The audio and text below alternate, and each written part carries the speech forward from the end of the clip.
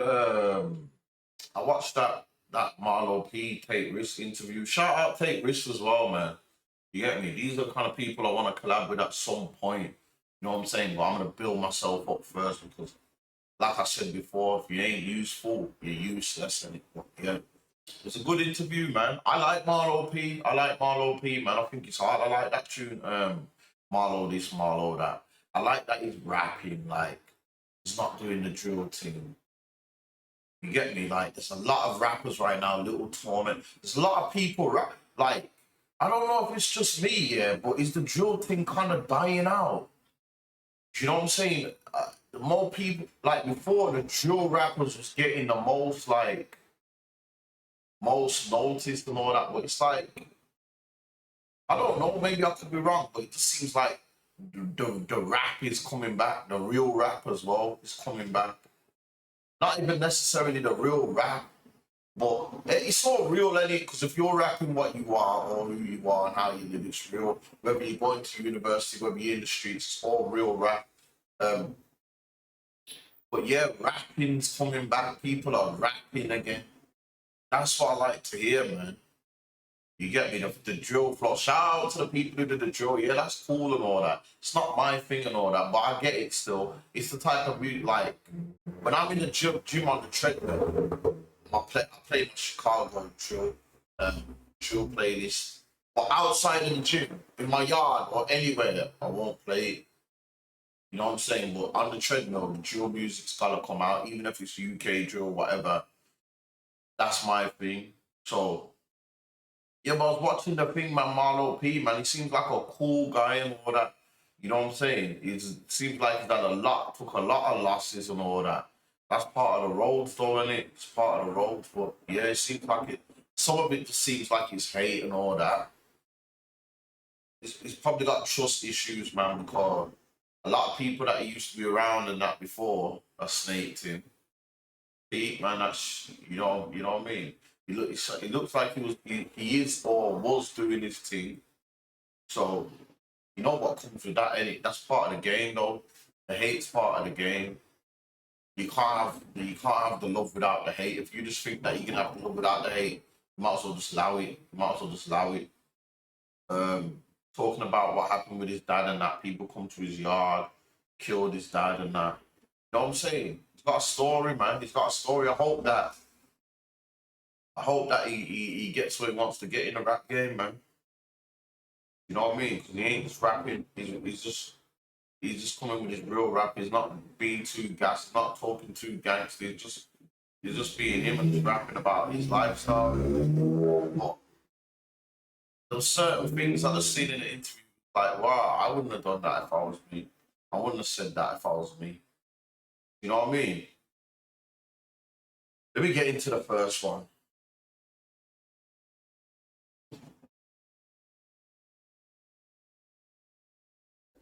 Took advantage.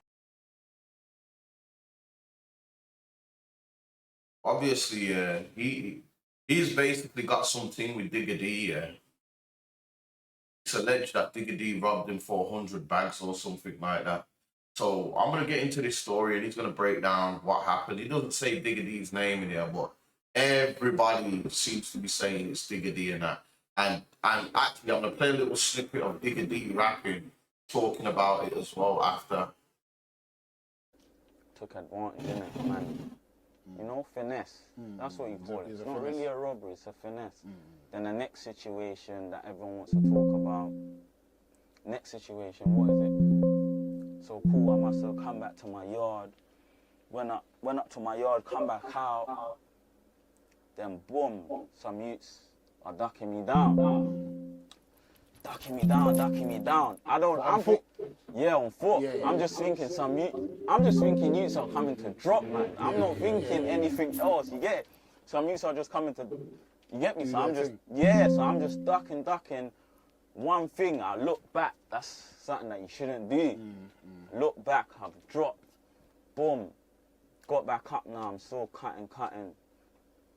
Got away.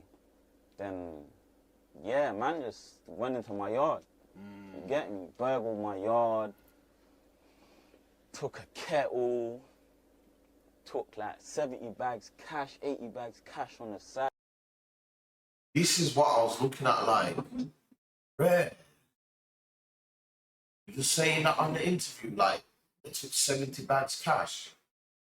Have you got a business or something? Because me personally, I wouldn't even say, like, how much money someone took. You know what I'm saying? I would have said, yeah, man took some deals or something. I'm not saying if man are in the street, I don't know any, if he's got a deal and all that cool and it's deal money or whatnot. But if this is street money, I wouldn't even put it out there to let people, like, to let feds watch documentaries or interviews and that and kind of see what kind of money man are holding. You know what I'm saying? I wouldn't even give them an idea of how much money man are holding. If this is, I don't know any, he probably got a deal. If he's got a deal, if this is deal money or whatnot, cool. But if it, Or something like that. yo, and that's not the full explanation. So I'm gonna get the rest up because that only had the part where he talks about the 70 bags and the kettle. You know what I'm saying? But he goes into get more. Like, and it's so mad because they missed out on the jackpot. What, you? Like, Not me, Okay, but okay. basically in the yard, in the cupboard. So there must have been like 70 bags on the side, or 80 bags, I can't remember, between 70 to 80 bags on the side. But underneath, there was a belly. Yeah. I'm talking belly. half an M, Yeah, like yeah, in whatever. Like, Bro, I would never say this on the thing, half a M in like whatever. Do you know what I'm saying? Half a M in like whatever. That's crazy. Then again, half a M in whatever could be whatever in it, but I wouldn't even say none of this shit like this. Let people know that you hold a M, half a M, half something.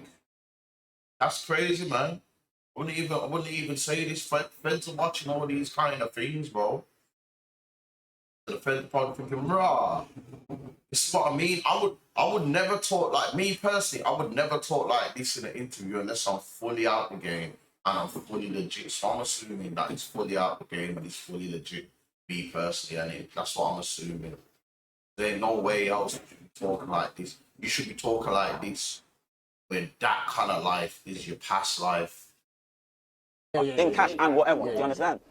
But they missed out on that, but they must have missed out on that because I must have sent someone over there, you get me, to go get everything out because I'm paranoid or whatnot, you get me? So they must have went over there now. My guy must have went over there. As he's got over there, he's opened the door. Whoever's in there, kicked the door, closed, you get me? He's ran away. Oh, so they were still in the yard when you... Yeah, when my guy got there, okay. whoever's in there, still in there. He's opened the door, they've kicked the door, he's cut out, he's not really like that.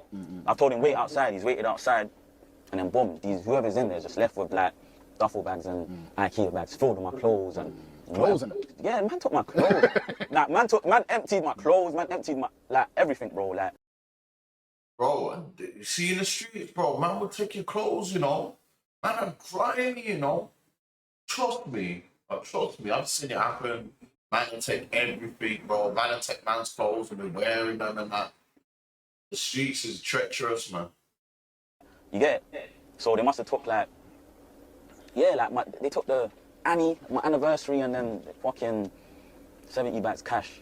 You get me? But yeah, I don't know who it was, but yeah, bro, like, yeah, that's what happened with that situation. So that's two different situations, basically, innit? Yeah, that's what everyone wants to talk about. Yeah, that's the main Yeah, that's the situation two people know about, situations that everyone wants to talk about. But you get me? It's never been personal. You get it? Yeah. That's the most personal situation, like when a man's ducking you down. Yeah, Any yeah. other situation is my people's, like me trusting a man, giving a man something, looking after a man, and a man doing me wrong. You know what I'm trying to say? Yeah, you see what I mean there? Like, I get what he says about that, man.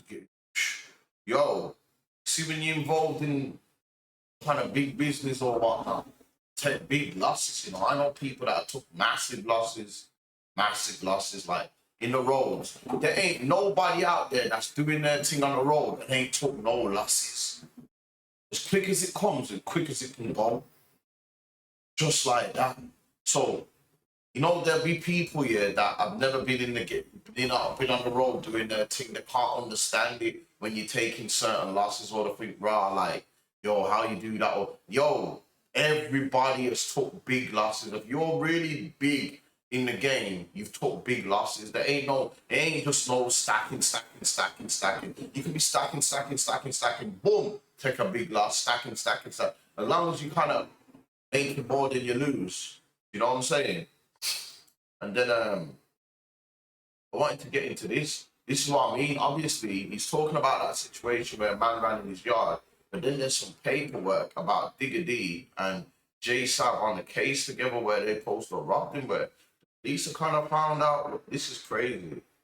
Look, Mr. Herbert was arrested on suspicion of robbery on 13th of January 2020 between 5 o'clock in the morning and 1 o'clock in the morning outside Lockhouse Housing Complex, where I'm not going to go into the full address. A male was robbed and his dress was emptied of drugs, substantial cash, and expensive watches. Mr. Herbert's GPS tag shows he was traveling. So they're trying to say that Digga D was on tag when this happened. Showed him traveling to Camden, arriving at around 8:30, remaining in Camden until at least till after 1 o'clock. It's mad social media images of Digga D after the robbery date shows him wearing watches similar to those that were stolen. Mr. Herbert will be further arrested on suspicion of breach of criminal behaviour order in the interview. And then it says, look, Digga D is suspected to have committed the robbery with Mr. Bedu, that is J Sav. When arrested, officers seized 3 Rolex watches at Audemars Peugeot or watch or 2 iPhone, 500 in cash. Questions will be asked of these in the interview. Then the circle here where it says to prevent further offences, witness interference or obstruction of justice. Like prevent witness intimidation. There's no paperwork. I can't believe it. It's a bit small writing and all that, but this is all on top. This guy Marlow P, if this is definitely relating to Marlow P, this guy is on top. The police are saying cash, drugs, and all this. I hope he's not dumb, he must know that the feds, if this is him, he must know that the feds are kind of onto him and that he needs to just chill out. You know what I'm saying? The feds are saying that Digga D and them robbed him for cash and drugs. How did they know that they robbed him for drugs though? That's what's mad. How would they know what was in there? It's deep, man. It's deep, trust me. All I want to say is about Marlow. He sounds a bit like, and then I've seen something else, but that's another story. I'm not even gonna get into all that. But yeah, that Marlow, like I said, man, I hope he just gets on his rap thing and just leaves the road thing alone, because right now it seems like he's baking on the roads. You know what I'm saying? You're probably being watched, probably being tapped. I'm surprised London ain't already got kind of the hip hop police. Like in the early 2000s in America, in New York, they started doing the hip hop police thing. I think that will happen in London. If that ain't already happening in London now, that will happen in London at some point. But yeah, it's just that just looks on top, man. That just looks on top. I'm seeing man talking all this in their interviews and all that. The feds, man, need to know that the feds, even if they ain't using this stuff in evidence, it's being documented. You know what I'm saying? It's being documented. It can be at least used for intelligence. So man, then keep these things in mind.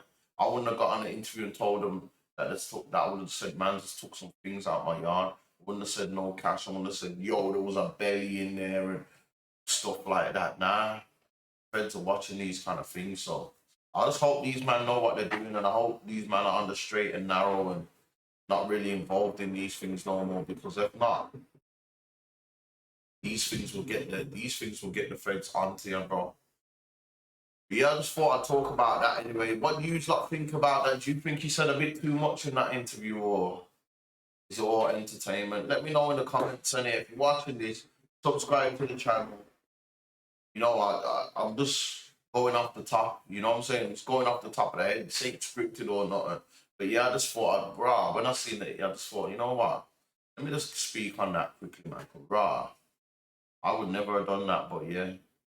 I know he probably, you know what I'm saying? I'm not saying he's moving loose or whatnot. He's probably not, he's out and about. And not to say that he's involved in anything anyway, but I'm saying if you are, bro, if you are, Stay safe, innit?